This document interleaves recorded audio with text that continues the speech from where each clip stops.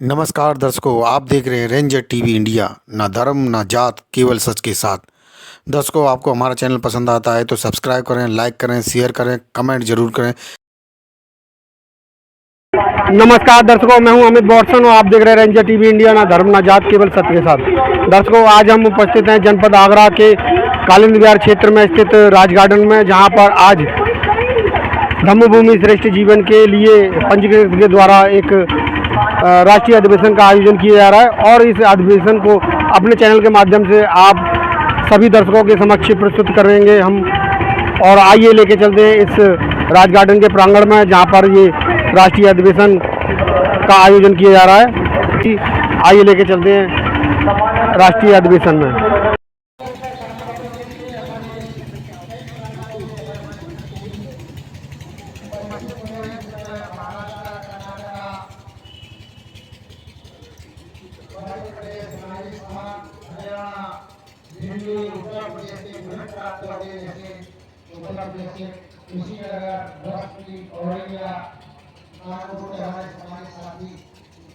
उपस्थित हुए हैं। साथ ही हमारे आगरा के भी बहुत सारे हमारे अम्बेडकर अनुयायी, बौद्ध अनुयायी यहाँ उपस्थित हुए हैं। मैं अपने संगठन की आगरा यूनिट के सम्मानित अध्यक्ष श्रद्धेय आकाश जी से अनुरोध करूंगा कि वो अपना एक स्वागत भाषण दें। श्रद्धेय आकाश जी।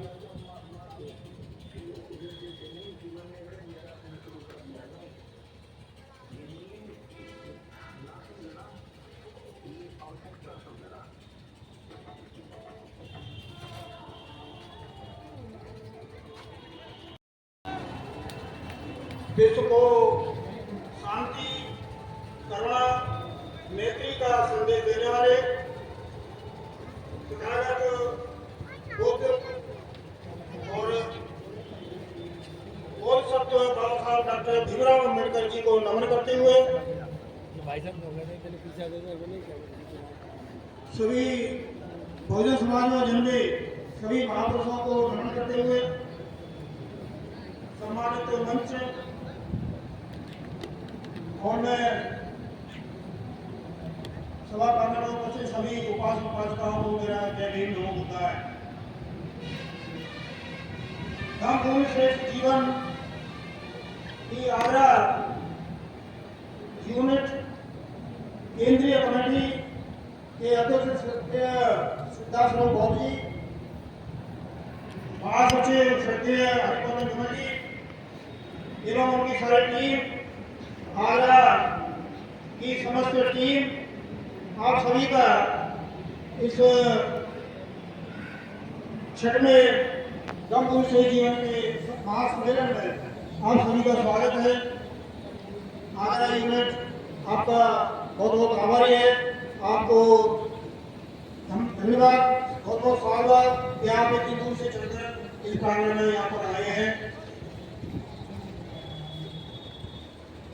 सभी उपासक उपासिकाओं, जैसे उत्तर प्रदेश में सारनाथ, कपिलवस्तु, श्रावस्ती, कुशीनगर और शंकिसा तथा बुद्ध के ज्यादा चरण पड़े, वो सभी हमारे पवित्र तीर्थ स्थल हैं। हमें सभी को इन तीर्थ स्थलों का भ्रमण करना चाहिए, उनके बारे में जानकारी। बाबा साहब डॉक्टर भीमराव अम्बेडकर जी के 2 बार चरण पड़े। पहली बार 1946 में आए थे, दूसरी बार 18 मार्च 1956 को आगरा में उनके चरण पड़े थे।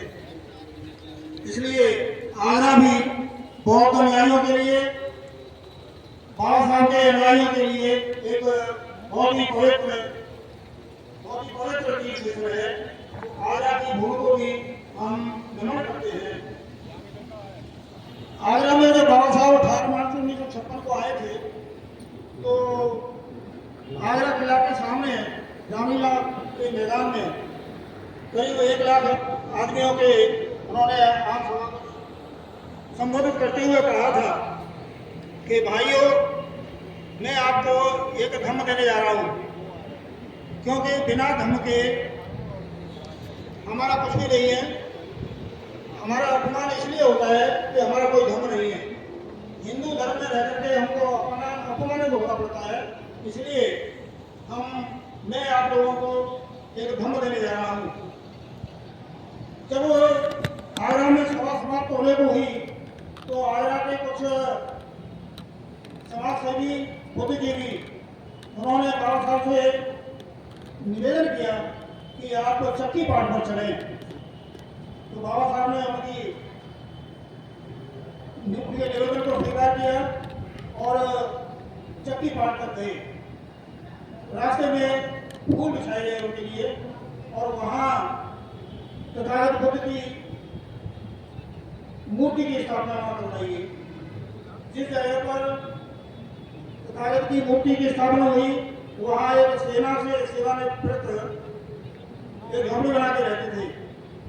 उनका नाम बाबा ब्रह्मानंद जी था। वो वहाँ रहते थे।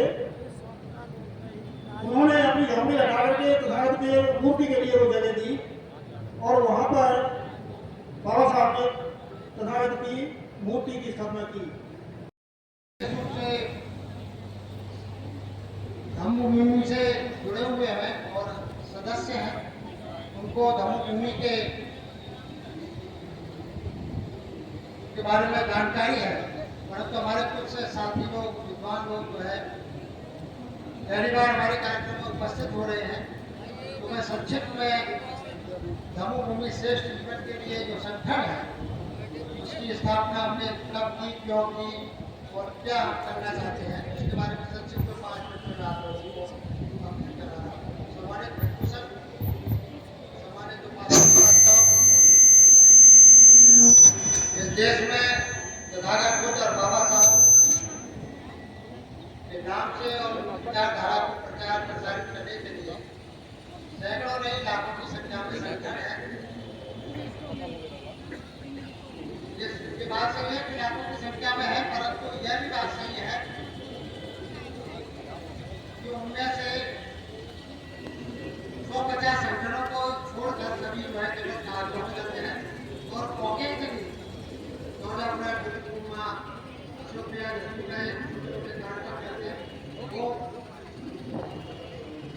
उनका यही काम है और ज्यादा का कार्यक्षेत्र भी नहीं है। हम लोग 2010 से धर्म के प्रचार प्रसार में काम कर रहे थे।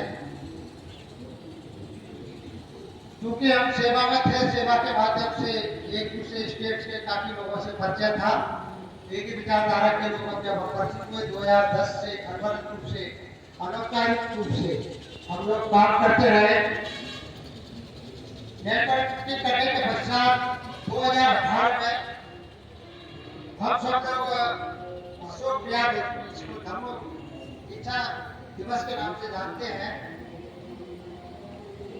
2018 में हम नागपुर में दीक्षा भूमि है बाबा साहब की, बाबा साहब ने धर्म दीक्षा ग्रहण की थी, वही हम लोग एकत्रित हुए और इस संगठन का हम लोगों ने निर्माण किया। 2019 में हमारे इस संगठन का राष्ट्रीय स्तर पर रजिस्ट्रेशन हुआ। हमारे संगठन का मुख्य उद्देश्य बच्चों से निवेदन है कि वो नाम ही है धर्मभूमि श्रेष्ठ जीवन के लिए। तो हमारे संगठन का प्रमुख उद्देश्य यही है कि व्यक्ति के जीवन को किस तरह हम श्रेष्ठ बना सकते हैं, उसके लिए हम प्रयास करें। हमारे संगठन का प्रमुख ध्येय ये रहता है कि सबसे पहले तो हम स्वयं श्रेष्ठ बने, हम अपने आचरण से, व्यवहार से श्रेष्ठ बने और जो श्रेष्ठता की, मनुष्य की श्रेष्ठता की व्याख्या परम पूज्य बाबा साहब ने अपने विश्व प्रसिद्ध ग्रंथ बुद्ध और उनके धम्म में की है, उसके अनुसार हम लोग श्रेष्ठ बने। बाबा साहब ने धम्म ग्रंथ में बताया है कि सर्वश्रेष्ठ प्राणी हुए हैं जो स्वयं ज्ञानवान, शीलवान, आचरणवान, करुणामयी हो और अपने कर्तव्य और व्यवहार से दूसरों को भी श्रेष्ठ बनने के लिए प्रेरित करें। उन्होंने सांची के ऊपर एक पुस्तक सांची नाम को लिखा है, बहुत प्रसिद्ध पुस्तक है। साथ ही उन्होंने धम्मलिपि का शब्द को भी बनाया है। और आपको ताजुब होगा, आप प्रशासनिक सेवा के अच्छे अधिकारी हैं। मैं नाम और कहा नहीं बताऊंगा, थोड़ी प्रतिबंध है, परंतु विद्वान होते तो मैं जैसे हमारे समाज साथी है आदरणीय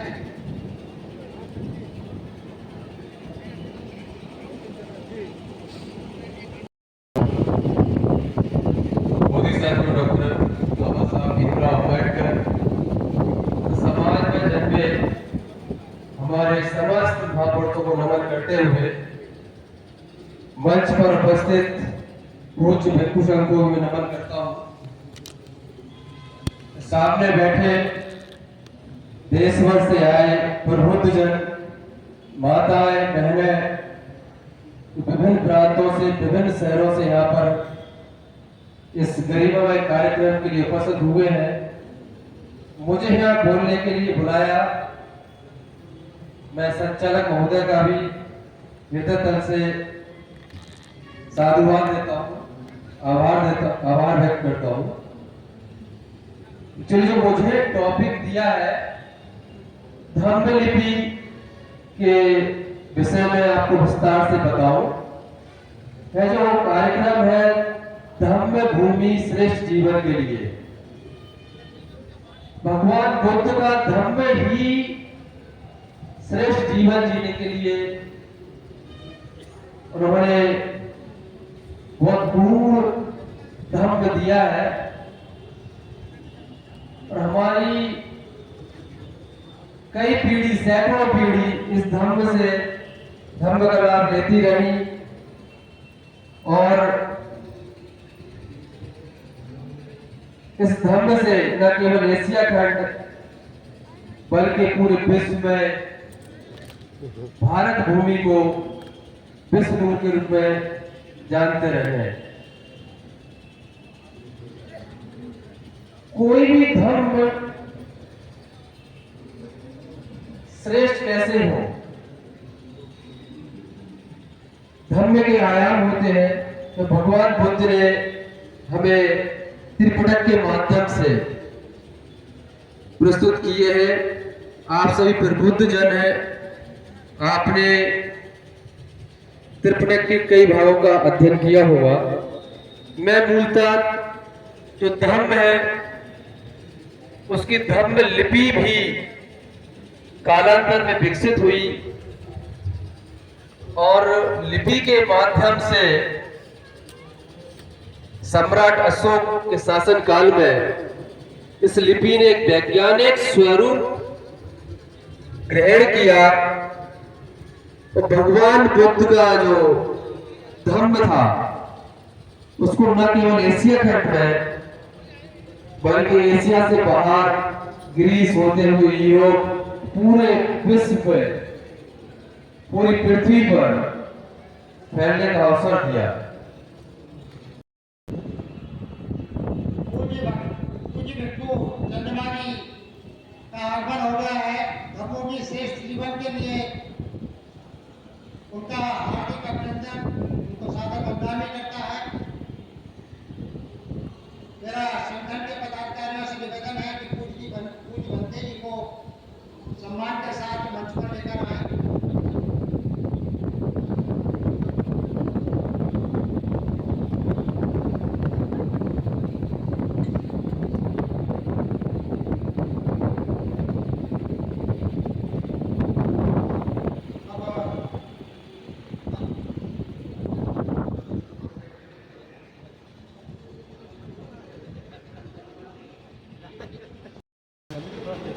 नहीं करने दो आप, सिद्धार्थ जी, अरे सिद्धार्थ जी, थोड़ा कैमरा पीछे।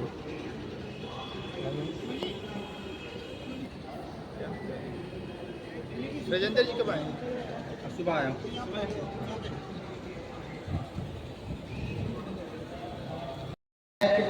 तथागत बुद्ध और बाबा साहब की माला पर माल्यार्पण करें।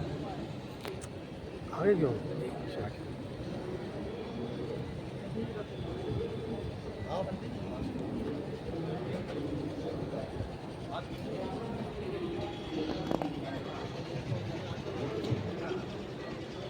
आदरणीय संगीता कामले जी जो हमारे संगठन की राष्ट्रीय उपाध्यक्ष है, उनसे निवेदन है कि मंच पर आ जाए। साथ ही आदरणीय सिद्धार्थ जी से निवेदन है कि वो मंच पर ही रहें। और साथ ही हमारे राष्ट्रीय कार्यकारिणी के जो जितने भी सम्मानित पदाधिकारी यहाँ उपस्थित हुए हैं और सदस्य, सभी से आग्रह है कि वो मंच पर आ जाए। और साथ ही हमारे आज के कार्यक्रम के अतिथि कर्नाटक से आए हुए डॉक्टर विठल बख्तर जी से, जोधपुर राजस्थान से पधारे डॉक्टर ताराराम जी से, अहमदाबाद से पधारे प्रकाश भेंकर जी से, हमारे संगठन के प्रदेश अध्यक्ष, उत्तर प्रदेश के प्रदेश अध्यक्ष एडवोकेट विजय गौतम जी, थाने मध्य प्रदेश से पधारे एडवोकेट अविनाश मौर्य जी, हमारे संगठन के अध्यक्ष सचिव श्रद्धेय सुमेर सैंडे जी, वो अहमदाबाद गुजरात से आए हैं। उनसे भी निवेदन है कि वो मंच पर आ जाए।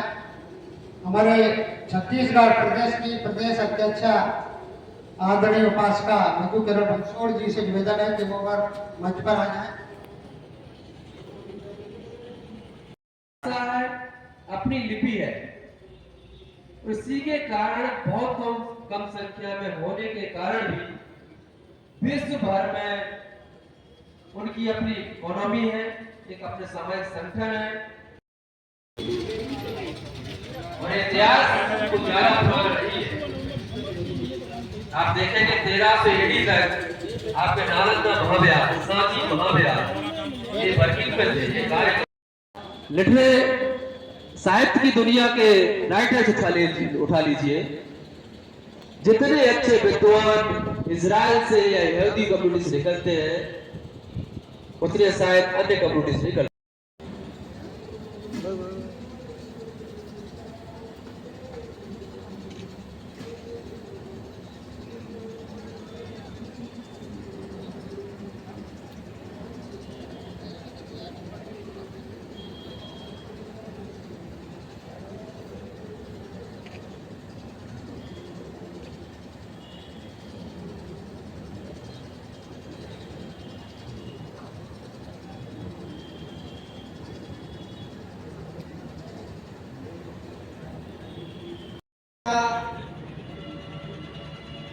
मोतीलाल हरचंद्र जी ने आपको एक प्राचीन लिपि के बारे में बात की। बाबा साहेब डॉक्टर अम्बेडकर ने आपको प्राचीन संस्कृति और धर्म के बारे में बात की, और जो हमारा वर्तमान जीवन है उस जीवन के बारे में बात करें। तो जो प्राचीन लिपि है और ये हमारा जो आधुनिक जीवन है, इसके बीच में बहुत सा गैप है, दूरी है। तो मैं उस प्राचीन दूरी को तय करते हुए आधुनिक जीवन पे आता हूँ। ये जो हमारा जीवन है, किस तरह का जीवन है और इसके बारे में कौन सोचेगा? क्या कोई दूसरा आदमी आकर के सोचेगा? क्या कोई ईश्वर आकर के सोचेगा? क्या कोई भगवान सोचेगा? क्या कोई देवता सोचेगा? आपके जीवन के बारे में, हमारे जीवन के बारे में कोई दूसरा सोचने वाला नहीं है। दुनिया की बहुत सारी समस्याएं हैं, हमारी बहुत सारी समस्याएं हैं, और उन सब समस्याओं को अगर हम इकट्ठा करें तो हमारे जीवन के अंदर जो गरीबी है, जो भूखमरी है, जो बीमारी है, ये सारी दुनिया के अंदर हमारे जीवन के अंदर है। दुनिया के अंदर बहुत से नेता लोग हुए, बहुत से देवी देवता हुए, उन्होंने कहा कि आप सबकी समस्याएं खत्म हो जाएगी, आप ईश्वर को समझो, आप देवी देवता का धोख दो, आप फलाना यज्ञ करो, हवन करो। लेकिन भगवान बुद्ध से पहले से लेकर के और भगवान बुद्ध के बाद से लेकर के अभी तक उन समस्या का कोई समाधान नहीं हुआ। ये जितने भी लोग आए, जितने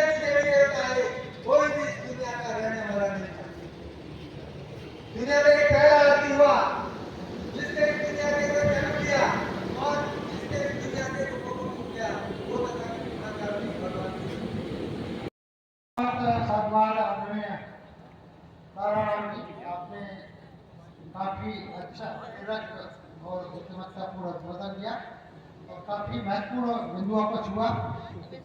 मैं निवेदन करना चाहूंगा, हमारे पंडाल के लेफ्ट साइड में कुछ हमारे साथी खड़े हुए हैं, कृपया मंच पर आ जाए, वो पंडाल में आ जाए।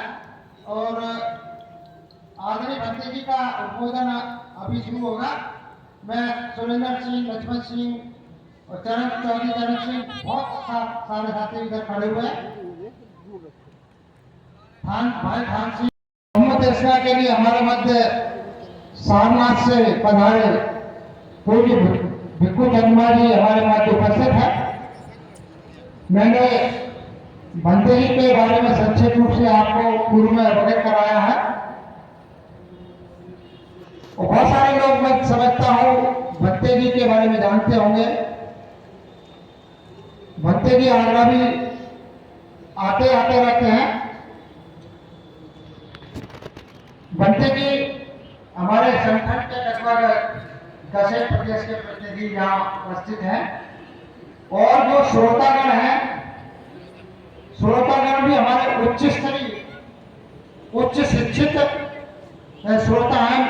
इसमें कई डिस्ट्रिक्ट जज हैं, कई बड़े बड़े डॉक्टर्स, डायरेक्टर रिटायर्ड हैं, अपने सीनियर बैंक अधिकारी भी हैं, शिक्षक है रेलवे के। मतलब मैं समझता हूँ ज़्यादातर हमारे हाईली एजुकेटेड ऑडियंस में है।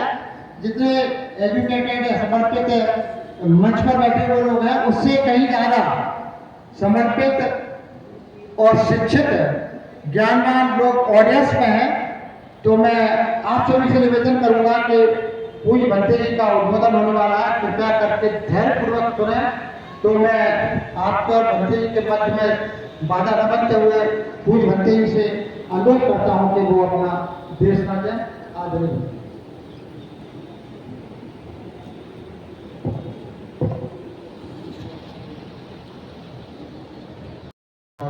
को नमन, क्योंकि तथागत बुद्ध ने दुख मुक्ति का मार्ग दिया, जिस पर चलने का प्रयास जारी है। तदुपरांत धर्मराजा सम्राट अशोक को नमन, क्योंकि धर्मराजा सम्राट अशोक ने भगवान बुद्ध की शिक्षाओं को पूरी दुनिया में व्याप्त किया। तदुपरांत परम पूज्य बाबा साहब डॉक्टर अम्बेडकर को नमन, क्योंकि बाबा साहब डॉक्टर अम्बेडकर ने इस भारतवर्ष को दुनिया का सबसे सुंदर संविधान और उससे भी बेहतर बौद्ध धर्म मान दिया। इसी प्रकार इस देश में जन्मे उन सभी संतों, गुरुओं, महापुरुषों को नमन, जिन लोगों ने सत्तामूलक समाज की लड़ाई लड़ी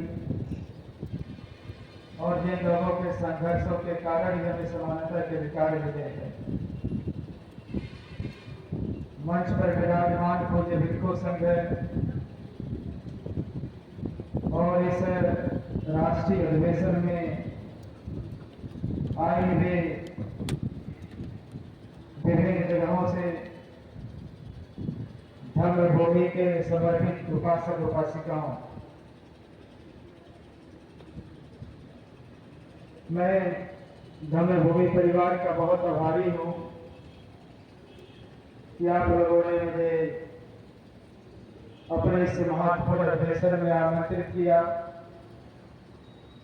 आगरा में बहुत अच्छा लगता है, आगरा के लोग मुझे बहुत अच्छे लगते हैं और मैं तो बनारस में रहता हूँ, सारनाथ में रहता हूँ। जब कभी आगरा के लोगों के बारे में बात होती, आगरा के बारे में बात होती है, तो हम जैसे हमारी राजधानी आगरा है और हम अपनी राजधानी में हैं और आप लोगों से मिल रहे हैं, आप लोगों को सुन रहे हैं। हमारे पूर्व ताराराम जी बोल रहे थे, भट्टा जी बोल रहे थे और विद्युत कपूर बोल रहा था, अभी बहुत सारी विद्युत बातें इनका भी उद्बोधन होना है। हमें में एक कार्यक्रम समय मैं से आग्रह किया कि वीडियो पहले वाली है ताकि बैठकर के नए लोग भी समझ और भी पूछो। इसलिए मैं बहुत लंबी बातें नहीं करूंगा,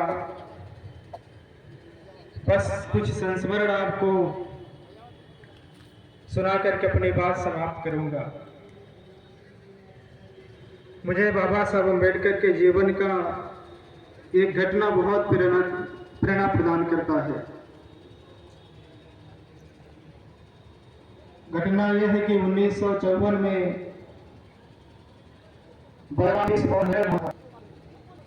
विश्व सम्मेलन में पूरे दुनिया के जितने भी प्रधानमंत्री हैं, राष्ट्रपति हैं, लगभग सभी बहुत देशों के लोग सम्मिलित हुए। उस बौद्ध सम्मेलन में दुनिया के बहुत सारे बौद्ध विद्वान सम्मिलित हुए। भारत से पंडित जवाहरलाल नेहरू जिनका मंत्रिमंडल गया हुआ था, डॉक्टर बाबा साहब अम्बेडकर भारत के मंत्री आनंद कसरायन जी, राहुल संस्कृतान जैसे महाविद्वान पहुंचे हुए थे। जब सम्मेलन शुरू, वक्ताओं ने बोलना शुरू किया, बार बार सम्मेलन के वक्ता नेहरू जी की तरफ, बाबा साहब की तरफ देख करके बोल रहे थे। वो लोग कह रहे थे कि देखिए, जिस देश में बौद्ध धर्म ने जन्म लिया, उसी देश से बौद्ध धर्म समाप्त हो गया। वो लोग कह रहे थे कि देखिए, जिस देश में भगवान बुद्ध ने जन्म लिया, उस देश के लोग भगवान बुद्ध को भूल गए। वह लोग कह रहे थे कि जिस देश में भगवान बुद्ध ने बोधि वृक्ष लगाया, ज्ञान का वृक्ष लगाया, उसी देश से बोधि वृक्ष सूख रहा है। वो लोग चिंता व्यक्त कर रहे थे। वो लोग नेहरू जी को, बाबा साहब को उलाहना दे रहे थे। उन वक्ताओं के बोलने का प्रभाव, उनके उलाहना का प्रभाव नेहरू जी पर नहीं पड़ा, लेकिन बाबा साहब अम्बेडकर पर पड़ा। जब बाबा साहब का अवसर आया, जब बाबा साहब की मैं कहा चाहता हूं कि जिसे भगवान बुद्ध ने जन्म लिया, उसे भगवान को भूल गए। बाबा साहब ने कहा कि मैं मानता हूं कि जिस देश में भगवान बुद्ध ने बौद्ध धर्म दिया, उस देश के लोग बौद्ध धर्म को भी भूल गए। बाबा साहब ने कहा कि मैं ऐसा मानता हूं कि जिस देश में भगवान बुद्ध ने बोधि वृक्ष लगाया, वह बोधि वृक्ष भी सूख रहा है। बाबा साहब अम्बेडकर ने कहा कि लेकिन संतोष की बात यह है कि बोधि वृक्ष पूरी तरीके से सूखा नहीं है, उसकी जड़ें अभी हरी भरी है। अगर उस पर पानी डाला जाए तो बोधि वृक्ष पुनः जीवित हो जाएगा। बाबा साहब अम्बेडकर ने कहा कि मैं आप सबको विश्वास दिलाता हूं। बाबा साहब अम्बेडकर ने कहा कि मैं आप सबके सामने संकल्प लेकर के जा रहा हूं। यहां से जाने के बाद भारत में बुद्ध धर्म का जो बोधि वृक्ष सूख रहा है, उस पर अपने लाखों अनुयायियों के साथ पानी डालकर के हरा भरा करूंगा।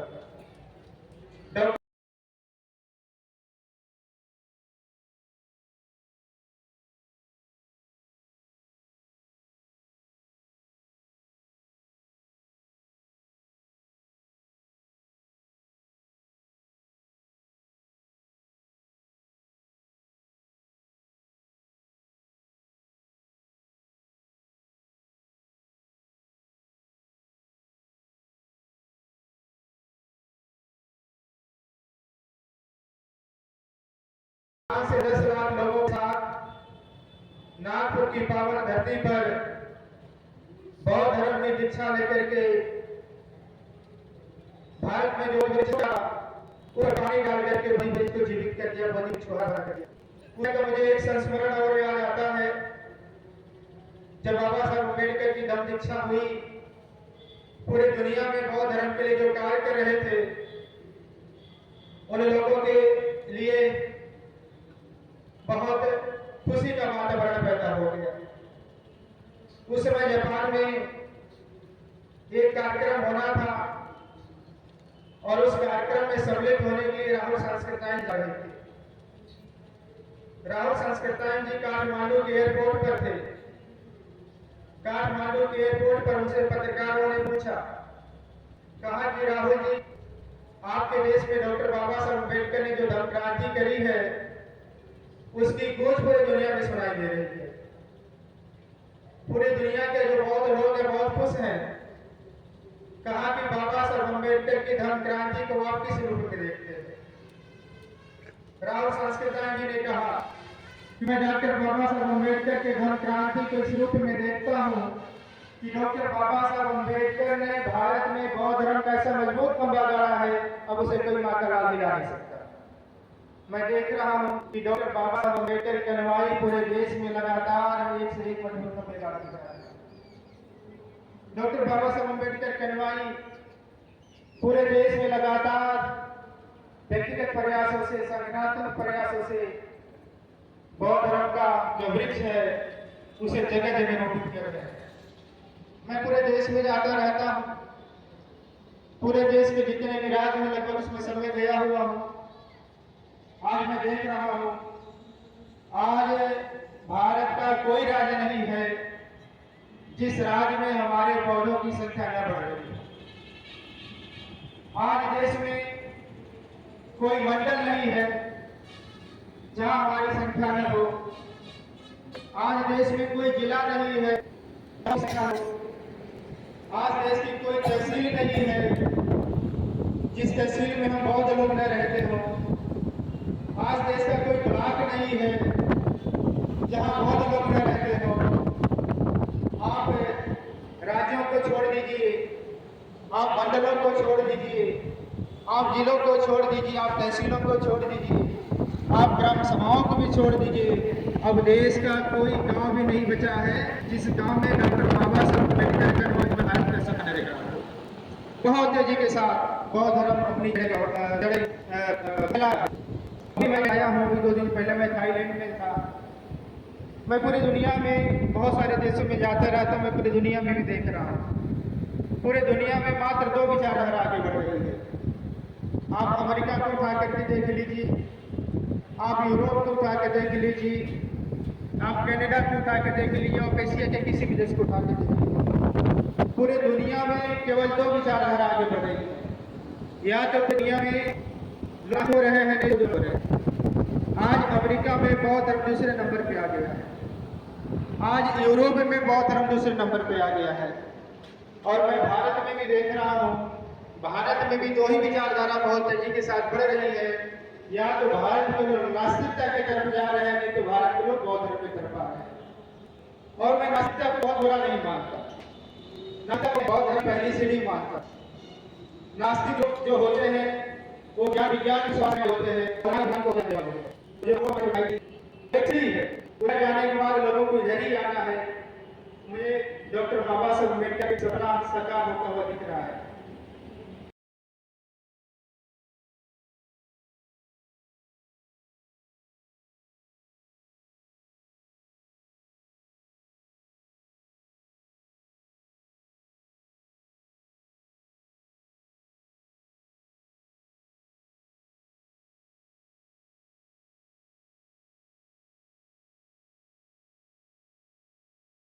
उत्तराधिकारी बना करके जाइएगा, ये धर्म चलता रहेगा। और मैं एक बात मात्र और कहकर के अपनी बात समाप्त करूं। आदमी तब मरता है जब वो चाहता है। आदमी तब तक नहीं मरता जब तक वो नहीं चाहता है। आप तब मरेंगे जब आप चाहेंगे। आप तब तक नहीं मरेंगे जब तक। टीम आपका बहुत बहुत आभार व्यक्त करती है कि आपने अपने व्यस्ततम समय से समय निकालकर हम लोगों को धन्यवाद दिया, हमारे श्रोताओं को धन्यवाद दिया। बहुत बहुत साधुवाद आदरणीय भट्टी जी। हमारे साथियों, अब हमारे मध्य हमारी एक छोटी बेटी छात्रा रूपाली बहुत अपना एक कविता पाठ करेंगी। उसके बाद काश कहीं ईश्वर होता तो मैं तुम्हें अवश्य दिखलाती। आसमान में कहीं कोई नहीं है, असीम अंतरिक्ष भी रिक्त ही है। ईश्वर से हमारे युग के जीनियस स्टीफन हॉकिंस ने व्यक्त किया है, फिर भी मौलिक कहलाते हैं। और वे यथार्थ में धर्म ग्रंथों में भी वर्णित है। आत्मा व परमात्मा पुनर्जन्म का घातक सिद्धांत, वर्ण व्यवस्था, जाति का घोर धंधा, पाप पुण्य भाग्य भगवान, स्वार्थ नर, ऊंच नीच छुआछूत, जाति को चिरस्थायी बनाते नाम उपनाम अपनी ही जाति में खान पान और विवाह जैसी रूढ़ियां, कुप्रथाओं, परंपराओं क्यों अविनट होते चले जाते।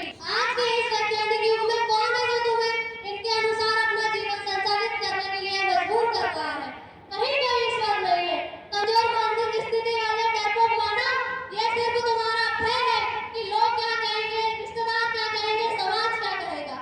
साहस करो और उतार फेंको ईश्वर का भारी भरकम बोझ अपने कंधों से और हो जाओ आजाद। विमल जी सर से, अपना गौतम जी सर से और अपने सिंह साहब से, तमाम उनके टीम को मैं अपने तहे दिल से क्रांतिकारी जय कहता हूँ। इसलिए कि अलग अलग राज्यों से आए हुए शीलवान और प्रज्ञावान लोगों के सामने मेरे को दो बात रखने के लिए मौका दिया है। भाइयों, मैं कॉन्स्टिट्यूशन के रिसर्च स्टूडेंट हूँ। मैं आपका जान नहीं खाता। मैं अनुरोध करता हूँ अपने गौतम जी से और विमल जी से, ये जो विषय है, ये जो सब्जेक्ट है मेरे को दिए हुए, what is the contribution of the Baba Saheb Ambedkar in constitution assembly, इस विषय को गूगल मीटिंग में लिखे तो मैं पूरा 1 घंटा 2 घंटा डॉक्यूमेंट्री के साथ बात कर सकता हूँ, मगर अब कहीं नहीं आप लोगों के पास। मैं उसका कदर करते हुए एक दो बात बोलूंगा, पावर ऑफ द कॉन्स्टिट्यूशन और पावर ऑफ द बाबा साहब डॉक्टर बी आर अम्बेडकर। उससे पहले आप जितने भाग्यशाली हो, मैं तो उतना ही भाग्यशाली मैं मानता हूँ, क्योंकि जब 1956 में मार्च 18 तारीख को बाबा साहब डॉक्टर बी आर अम्बेडकर ने उन्होंने इस आगरा में आकर एक दिक्सूची बताई थी और उनका वेदना ही बताई थी। मुझे फिक्र उस बात का नहीं कि ताज का क्या होगा, मुझे फिक्र उस बात का नहीं कि ताज का क्या होगा, मुझे फिक्र इस बात का है परिवर्तन का आगाज का क्या होगा। मेरे पढ़े लिखे लोगों ने चोटी ला जाने लगे, मेरे पढ़े लिखे लोगों ने चोटी लाने जाने लगे, मेरे बाद मेरा समाज का क्या होगा, मेरे बाद मेरा समाज का क्या होगा। ये बाबा साहब की वेदना थी। इसलिए वेदना कि बाबा साहब ने बोल दिया था कि 1956 अक्टूबर 14 को धम्म देशना लेकर उन्होंने कहा था कि आप लोग संघ को आ जाइए, धम्म सीख लीजिए। मगर हमारे लोग संघ को नहीं आ रहे, संगठन बना रहे, संगठन बनाकर उधर पोषणार्थक हम भूख उनका पेट के लिए काम कर रहे हैं। ये दुख की बात है।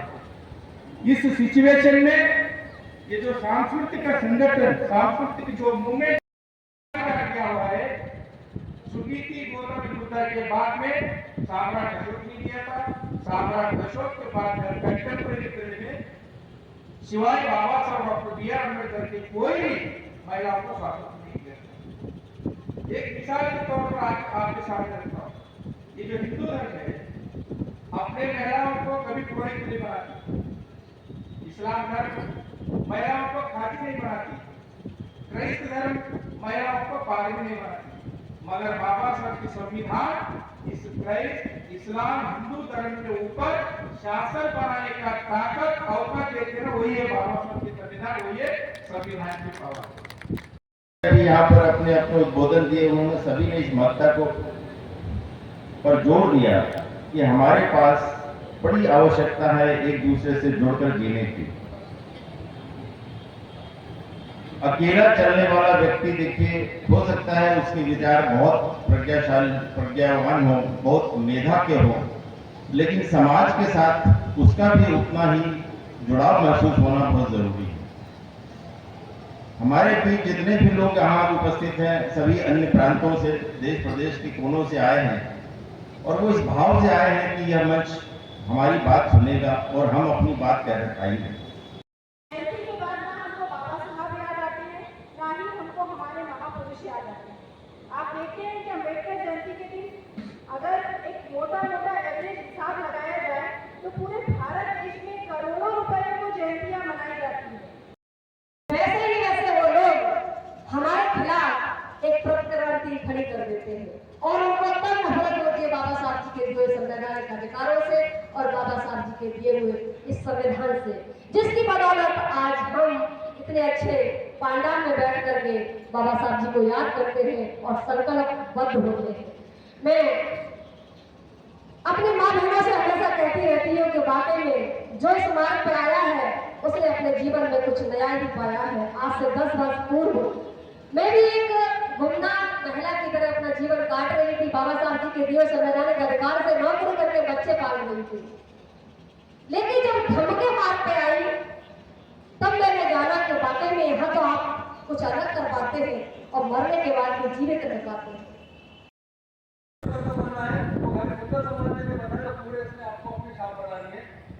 बनाओगे तो आप आगे बढ़ोगे, ये बहुत इंपॉर्टेंट बात है। उसके साथ साथ ये जो है, जैसे हम लोग रिलीजियस सोसाइटी, अगर रिलीजियस सोसाइटी जब तक नहीं करेंगे हम आगे नहीं बढ़ पाएंगे। तो ये इन बातों का अमल नहीं करोगे, आप में प्रगति नहीं होगी। और 1951-52 में हमने क्या हासिल किया है? हमने खाली नौकरी हासिल की है। नौकरी हासिल करके हमने जो तरक्की की है, बाबा साहब के बदौलत हमने जो तरक्की की है, हमारी तरक्की बहुत लिमिटेड है। हमने इतने ही इसमें हम लोग इस दायरे में फंस गए हैं, इसके बाहर हम नहीं निकल पा रहे। तो जैसे मैंने आपको बताया कि हमारे बड़े-बड़े इंडस्ट्रियल, हमारे बड़े-बड़े संस्थाएं, हमारे बड़े-बड़े स्कूल, बड़े-बड़े कॉलेज, इसमें हम कहाँ है? हम नहीं है। तो हमको इसमें आना है। जब इसमें हम आएंगे तब सोसाइटी को भी रूल करेंगे। इसलिए इसमें किसी बात पे बाबा साहब ने तो हमको जिसका जब उन्होंने प्रावधान किया हमारे संविधान में, तो इसमें बहुत बड़ी चर्चा संसद में हुई थी। संसद में बाबा साहब ने कहा था कि हमें रिजर्वेशन सिर्फ 10 साल के लिए चाहिए। तो उस वक्त मदन मोहन मालवीय भी खड़े हो गए। उन्होंने बोला, बाबा साहब ऐसे क्यों बोल रहे हो? हमने तो इसके लिए हमेशा के लिए रिजर्वेशन दे दिया है। बाबा साहब ने बोला नहीं, हमको हमेशा के लिए नहीं चाहिए। अगर हमने हमेशा के लिए रिजर्वेशन ले लिया तो हमारा जो समाज है वो लेजी बन जाएगा, ऐसी बन जाएगा, काम नहीं करेगा, इसी के ऊपर निर्भर रहेगा। हमें ये नहीं चाहिए। तो उन्होंने उसको प्रावधान को फ्लेक्सिबल बनाया। तो बाबा साहब का जो सोच था, वो सोच क्या था उसमें? उनको ये बताना था कि 10 साल में आप इतनी तरक्की करो, आप मुख्य धारा में आ जाइए, आप हर क्षेत्र में आप बड़े बन जाइए, इतनी मेहनत कीजिए ताकि आपको आरक्षण की जरूरत ही नहीं पड़े। ये बाबा साहब की सोच थी। मंजू कमलेश गौर रायपुर छत्तीसगढ़ से हूँ। तो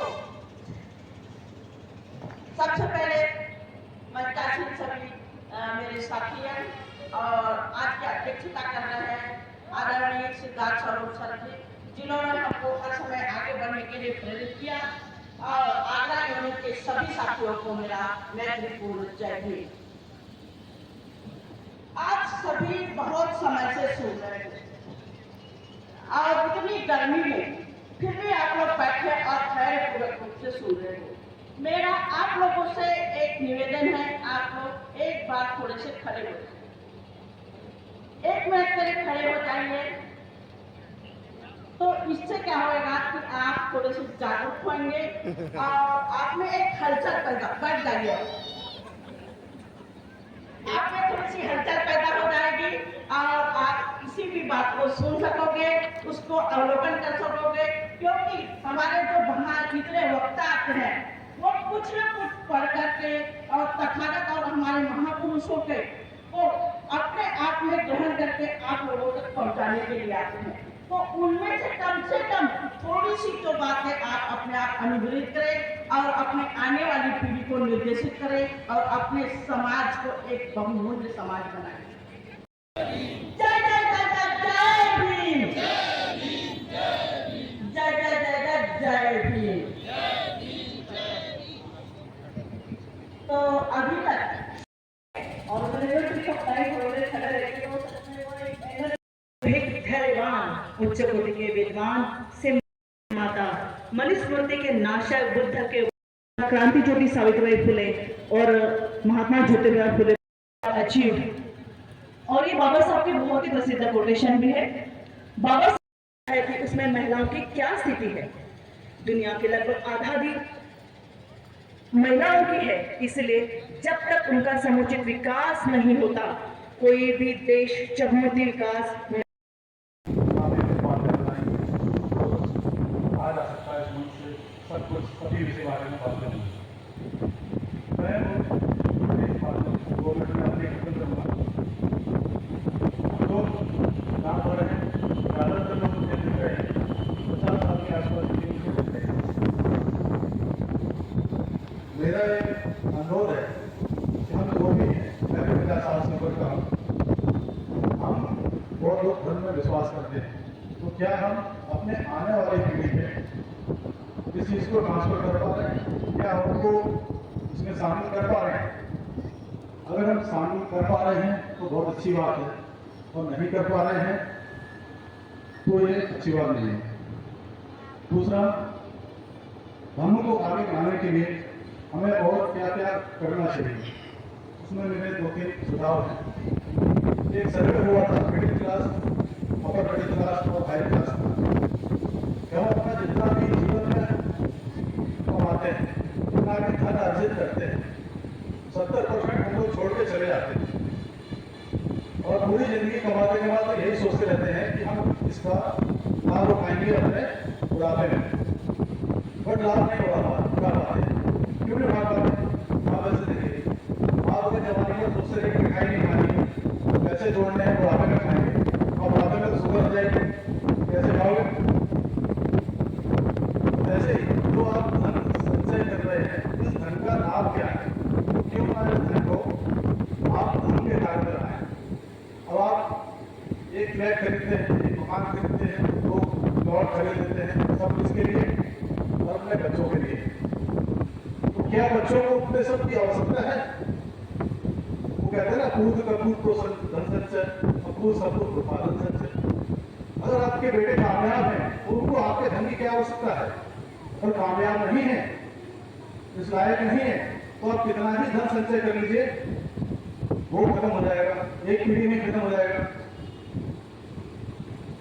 तो मेरा ये गुजारिश है कि जब भी आपको जो भी मौका मिले, उनके कार्य में थोड़ा सा धन को लगाइए। दूसरा, मैंने कई जगह देखा है कि अपने संगठन से कई वर्षों से जुड़ा हूं और शुरुआती दौर में जो उत्साह हमारे उपासकों के बीच था, आज वही जज्बा उपासकों के बीच बना हुआ है।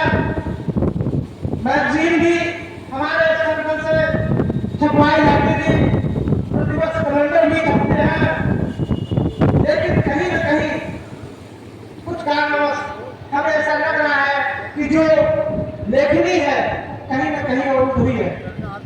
मैं चाहूंगा उसकी वजह भी है कि हमारे जो उपासक गण हैं अच्छी तरीके से कॉपरेट नहीं कर रहे हैं।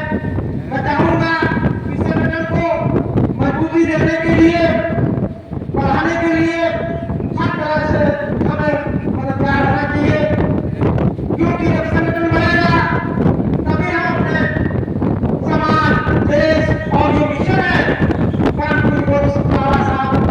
अम्बेडकर जी का, उसे पूरा कर सकते हैं। आदरणीय सिद्धार्थ बोर्ड जी से गुजर परिवार की अध्यक्ष उद्बोधन है। आदरणीय सिद्धार्थ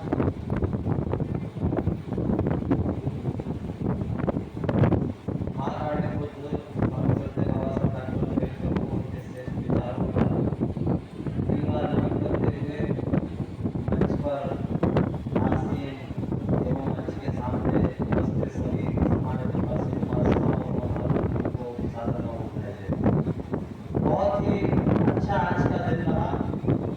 बहुत गर्मी थी और विचारों ने भी आपके दिमाग को गर्म किया ही होगा। इतने अच्छे अच्छे विचार आपके दिमाग में आ जाए यहाँ बैठे बैठे। काम कोई कठिन नहीं है। महाराष्ट्र के महान कवि हुए हैं वामन दादा कर्टक, उनकी 4 लाइनें हैं, बहुत महत्वपूर्ण लाइनें हैं, मराठी में है लेकिन उसमें हमने हिंदी किया है और थोड़ा सा उसको अपने हिसाब से एडिट किया है। 4 लाइनें सुनिए और चिंतन मनन कीजिए कि हम कहाँ हैं और हमें क्या करना चाहिए। बहुजनों के संगठन हजारों हुए, नेता हजारों हुए, किसे अपना कहें चेहरे हजारों हुए।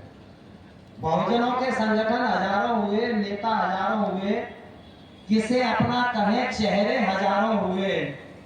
परम पूज्य बोधिसत्व बाबा साहब डॉक्टर अंबेडकर जी बहुजनों को श्रेष्ठ बनाने की खातिर आपने जो सपने देखे, आपने जो लक्ष्य निर्धारित किए, वो तो पूरे नहीं हुए। परम श्रद्धेय बाबा साहब डॉक्टर अंबेडकर जी आपकी कल्याणकारी, क्रांतिकारी, वैज्ञानिक विचारधारा को मानने वाले आपके सच्चे प्रतिबद्ध अनुयायी काल कबलित हो गए क्या? काल कबलित का मतलब है मर गए क्या? काल क्या उनकी मृत्यु होगी? एक बार और सुनिए इसी को। बहुजनों के संगठन हजारों हुए, नेता हजारों हुए, किसे अपना कहें चेहरे हजारों हुए। परम पूज्य बोधिसत्व बाबा साहब डॉक्टर अंबेडकर जी बहुजनों को श्रेष्ठ बनाने की खातिर आपने जो सपने देखे, आपने जो लक्ष्य निर्धारित किए, वो तो पूरे नहीं हुए। आपकी कल्याणकारी, क्रांतिकारी, वैज्ञानिक विचारधारा को मानने वाले आपके सच्चे प्रतिबद्ध अनुयायी काल कबलित हो गए क्या?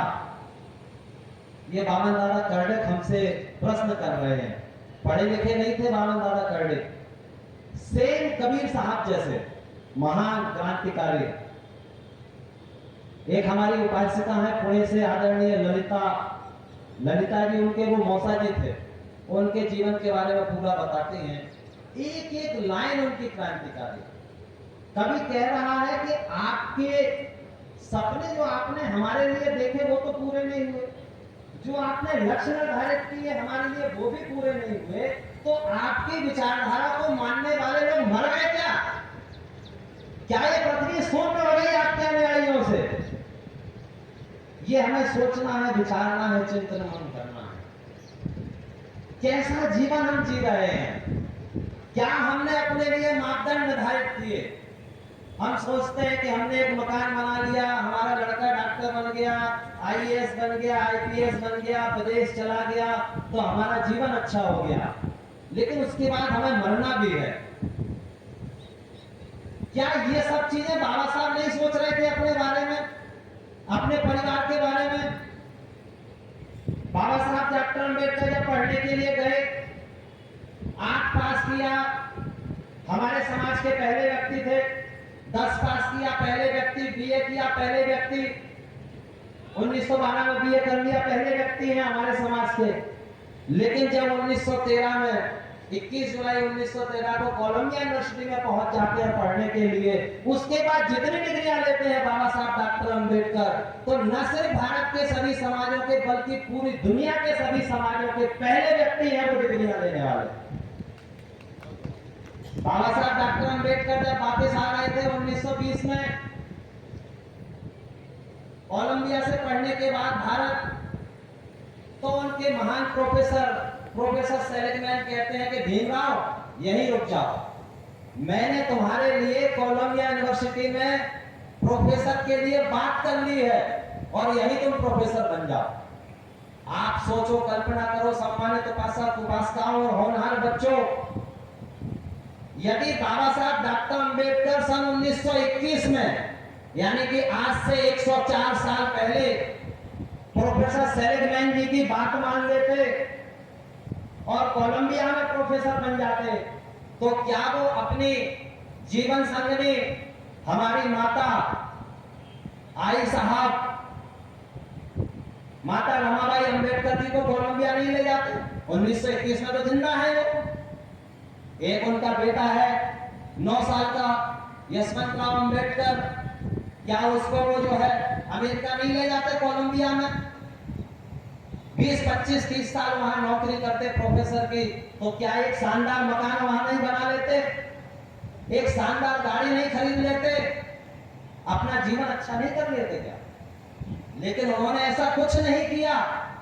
प्रोफेसर सेलिगमैन को बोलते हैं कि प्रोफेसर साहब बहुत बहुत धन्यवाद, साधुवाद, थैंक यू वेरी मच, आपने हमारे लिए इतना सोचा, लेकिन हम आपसे क्षमा प्रार्थी हैं, सॉरी बोलते हैं, हम ये पद स्वीकार नहीं कर सकते। प्रोफेसर सेलिगमैन कहते हैं कि भीमराव तुम क्यों यहाँ ये स्वीकार नहीं करना चाहते हो, क्या करोगे इंडिया जाके? कहते हैं प्रोफेसर साहब, मेरे बहुजन समाज के लोग जो यहाँ पर भारत में पशुओं जैसा जीवन जी रहे हैं, मैं अपने ज्ञान से, मैं अपनी योग्यता से, मेधा से उनको इंसान बनाऊंगा, उनके लिए काम करूंगा। ये मेरे जीवन का लक्ष्य है। ये लक्ष्य निर्धारित किया बाबा साहब ने अपने लिए। और 104 साल के बाद आज आप देख रहे हैं कि हम यहाँ पर माइक से बोल रहे हैं, हमारी श्रेष्ठ उपासिकाएं बोल रही है, श्रेष्ठ उपासक बोल रहे हैं। क्या आज के भाषण रहे शानदार, एक से बढ़कर एक, सब अद्वितीय भाषण, चाहे आदरणीय मोतीलाल साहब का उद्बोधन हो धम्मलिपि पर, चाहे ताराराम साहब का हो, सारे उद्बोधन एक से। ये सब क्या दर्शाता है? ये दर्शाता है कि हम बाबा साहब के लक्ष्यों को पूरा करने के लिए अभी मरे नहीं हैं, जिंदा हैं हम। और जब तक हम जिंदा रहेंगे इसी के लिए काम करेंगे, इसी के लिए जीना, इसी के लिए मरना, सब कुछ इसी के लिए। एक एक अंग काट के दे दें, एक एक खून का कतरा उनके लिए चढ़ा दें, तब भी हम उनके ऋणों से पूर्ण नहीं हो सकते। बाबा साहब थे तो आज हम इंसान हैं। और आज हम आपसे कहना चाह रहे हैं खुलेआम, संविधान विशेषज्ञ आदरणीय विक्रम साहब बैठे हुए हैं, संविधान को आप 6 महीने के लिए एक तरफ करके रख दीजिए और भारत को चला लीजिए, हम पुनः वैसे ही बन जाएंगे जैसे 125 साल पहले थे।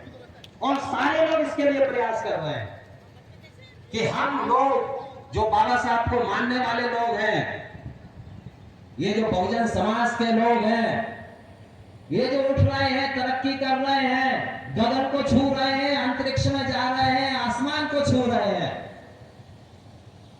और अपनी श्रेष्ठता का उद्घोष कर रहे हैं, इनको कैसे डाउन किया जाए? एक ही तरीका है डाउन करने का कि संविधान को हटा दिया जाए। ये संविधान की ताकत है। आज हम जो कुछ भी है संविधान की बदौलत है। हमसे बाबा साहब कहते थे आई बिलीव, बाबा साहब कह रहे हैं हमारे लिए I believe my people will sacrifice everything to establish Buddhism in India. ये बाबा साहब चाहते थे अनुयायियों से, वो अपना सब कुछ अर्पित करते मेरे लिए। क्यों? क्योंकि मैंने भी उनके लिए अपना सब कुछ अर्पित किया। सब कुछ बाबा साहब ने हमारे लिए त्याग दिया और यही वो हमसे चाहते थे कि क्रांतिकारी जय भीम, जय भारत, जय संविधान। बहुत वासनिक जी छिंदवाड़ा से, राजेंद्र गोपीनाथ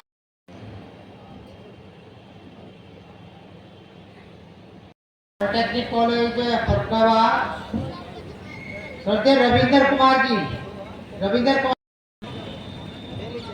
ओके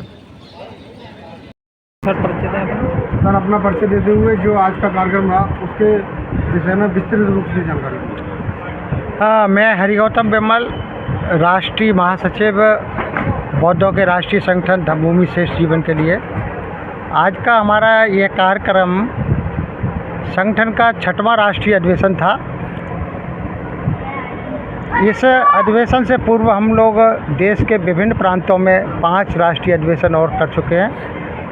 इसके अलावा प्रतिवर्ष हम जो है धम्म यात्राओं का आयोजन करते हैं और विविध प्रकार के प्रशिक्षण शिविर, साहित्य का प्रकाशन के माध्यम से हमारा संगठन अपने बहुजन महापुरुषों की विचारधारा, विशेष रूप से बुद्ध और बाबा साहब की विचारधारा का प्रचार प्रसार करता है। आज के इस अधिवेशन में लगभग देश के 10 प्रांतों से हमारे प्रतिनिधि आए और कई विद्वान अतिथि हमने आमंत्रित किए थे। वो उन सब लोगों ने अपना विद्वतापूर्ण वक्तव्य देकर यहाँ के लोगों का ज्ञानवर्धन किया और एक जोश उत्पन्न किया। विद्वान वक्ताओं में हमारे डॉक्टर विट्ठल बग्गन जी हैं जो कर्नाटका से आए, श्रद्धेय ताराराम जी हैं जोधपुर से आए, डॉक्टर परमहंस हैं शिवपुरी से आए जो डीन है मेडिकल कॉलेज के, और साथ ही बहुत सारे हमारे औरैया की टीम आई, कुशीनगर से, श्रावस्ती से, बस्ती से, मध्य प्रदेश के भोपाल से, इंदौर से, ग्वालियर से, शिवपुरी से, उत्तर प्रदेश के कई प्रदेशों से और गुजरात से भी लोग आए, अपने हरियाणा से भी लोग आए, दिल्ली से भी लोग आए। तो लगभग 150 हमारे प्रतिनिधि थे जिन्होंने इस कार्यक्रम में आके अपनी सहभागिता निभाई। और यहाँ के लोकल अम्बेडकर अनुयायी भी थे अपने आगरा के आसपास के ज़िलों में, जैसे आगरा, फिरोजाबाद, मथुरा, एटा, अलीगढ़, यहाँ के लोगों ने भी आके सहभागिता दिखाई। इस कार्यक्रम का उद्देश्य यही है कि हम सब लोग अपने महापुरुषों की विचारधारा के अनुसार आचरण करके अपने जीवन को श्रेष्ठ बनाएं और दूसरे जो समाज के जो ऐसे लोग हैं जिनका जीवन दुख में व्यतीत हो रहा है, उनको प्रेरित करें कि वो बहुजन महापुरुषों की विचारधारा का अनुसरण करके अपने जीवन को श्रेष्ठ बनाएं। और इस कार्यक्रम में आप प्रेस के बंधुओं का भी बहुत बड़ा योगदान रहा। हमारे गौतम साहब तो बस्ती से आए और आप भी बाहर से आए, हाँ मुरैना से आए। हमारे लोकल साथी हैं बहुजन योग के श्याम बाबू भारती जी, अमित वॉटसन जी, मिशनरी आप लोग जो है यूट्यूबर हैं और आप अच्छा काम कर रहे हैं। जो भी लोग यहाँ इस कार्यक्रम में किसी तरह से जिन्होंने सहयोग दिया, चाहे उपस्थित होकर चाहे आर्थिक रूप से सहयोग दिया, उन सबको हमारी टीम बहुत बहुत साधुवाद देती है और आशा करती है कि हम सब लोग मिलकर तथागत बुद्ध और बाबा साहब की विचारधारा का अनुसरण करके अपने जीवन को श्रेष्ठ बनाएंगे। धम्म श्रेष्ठ जीवन के लिए जो संस्था है उसका राष्ट्रीय उपाध्यक्ष हूँ और जो पत्रिका निकलती है उसका संपादक हूँ। आज जो कार्यक्रम हुआ है इसमें हमारे यहाँ करीब 10 प्रदेशों से लोग आए और बहुत अच्छा लगा यहाँ पर, और सारे लोगों का बहुत सहयोग रहा, सब लोगों ने सहयोग किया, हमारी पूरी टीम लगी रही और इतना सफल कार्यक्रम रहा जिसमें कि और अच्छे अच्छे वक्ता आए जिन्होंने समाज के लिए अच्छे अच्छे संदेश दिए हैं। हमारा संदेश समाज को यही है कि जो कुछ भी साथ नहीं जाना है, सब यहीं रह जाना है। जो समाज के लोग स्वाभिमानी लोग हैं उनके लिए हमेशा सहयोग करें, बाबा साहब से कुछ सबक सीखें और बाबा साहब के जो दिए हुए संदेश हैं उनको आगे बढ़ाएं। इसी की बात के साथ मैं अपनी बात समाप्त करता हूँ। जय भीम, नमो बुद्धाय। इस अवसर पे हमें क्या संदेश देंगे हमारे चैनल पे? आपका परिचय। मेरा परिचय, मैं डॉक्टर विट्ठल बग्गन, मैं राइटर हूँ, कर्नाटक के गुलबर्गा डिवीज़न के रहने वाला हूँ। तो तमाम धम्मभूमि श्रेष्ठ जीवन के हमारी विमल जी और सिद्धार्थ जी और तमाम टीम को मैं तहे दिल से मैं मैत्रीपूर्ण भीमवंदन करता हूँ, इसलिए कि उजड़ों की दुनिया बसाकर चले गए, उजड़ों की दुनिया बसाकर चले गए, कितने दर्द दिए जालिमों ने वो फिर भी मुस्कुराते चले गए। कितने खुदगर्ज है ये लोग, कितने खुदगर्ज है ये लोग जो भूल कर बाबा साहब को घर में दिवाली की दिया जलाते। ऐसे अनपढ़ बददिमाग ये रिजर्वेशन खाने वाले लोगों के बीच में ये जो संस्कार का कार्यक्रम करा ना, धम्मभूमि श्रेष्ठ जीवन, ये लोगों का शुक्रिया अदा करना हर एक बुद्धिस्ट का फर्ज बनता है। तो आज माहौल बहुत बिगड़ गया है, किसी के पास संस्कार नहीं, डिग्रियां हैं, बौद्धिक नहीं। बौद्धिक देने का काम हमारे उत्तर प्रदेश और मध्य प्रदेश के साथियों ने कर रहा है। इसलिए मैं पूरा साउथ इंडिया की तरफ से सभी को मैं शुक्रिया अदा करता हूँ। सर, अपना परिचय देते हुए आज जो कार्यक्रम हुआ उसको देखते हुए आप क्या कहना चाहेंगे? कैसा आज इस प्रोग्राम में शामिल होकर आपको कैसा लग रहा है? इस प्रोग्राम में शामिल हो गया, हमें बहुत अच्छा लगता है। हम सेकंड टाइम ये प्रोग्राम यहाँ पर आगरा में हुआ है और हम पिछली बार भी थे 6 साल पहले जब हुआ था, तो तब भी बहुत अच्छा लगा था। और अभी भी जब भी इस प्रोग्राम में आते हैं बहुत कुछ पता चलता है बौद्ध धर्म के बारे में, तो अच्छा लगता है अपने धर्म के बारे में जानकर। आज भी इस कार्यक्रम में शामिल होकर आपको कैसा लगा? हमें बहुत अच्छा लगा और ऐसे कार्यक्रम हमेशा साल में कम से कम 1-2 बार तो होनी चाहिए, ताकि हम लोगों की बुद्धि का विकास हो और बच्चे भी इससे प्रेरणा लें कि हमें कौन से धर्म को मतलब मानना चाहिए, कौन से को नहीं। और ये हमारा बौद्ध धर्म सबसे बेस्ट धर्म है और इसी को मानना चाहिए। क्यों कि इनमें समानता है, इस धर्म में समानता है पहली बात। और जो समानता जिस धर्म में है वही धर्म सर्वश्रेष्ठ है, बकिया तो सब निरर्थक है, बेकार हैं और धर्मों में सुकून नहीं मिलता। सारे धर्म देख लिए, जान लिए, बाद में हमें बौद्ध धर्म ही अच्छा लगा और हम सबको यही बताएंगे कि सब लोग बौद्ध धर्म ग्रहण करें।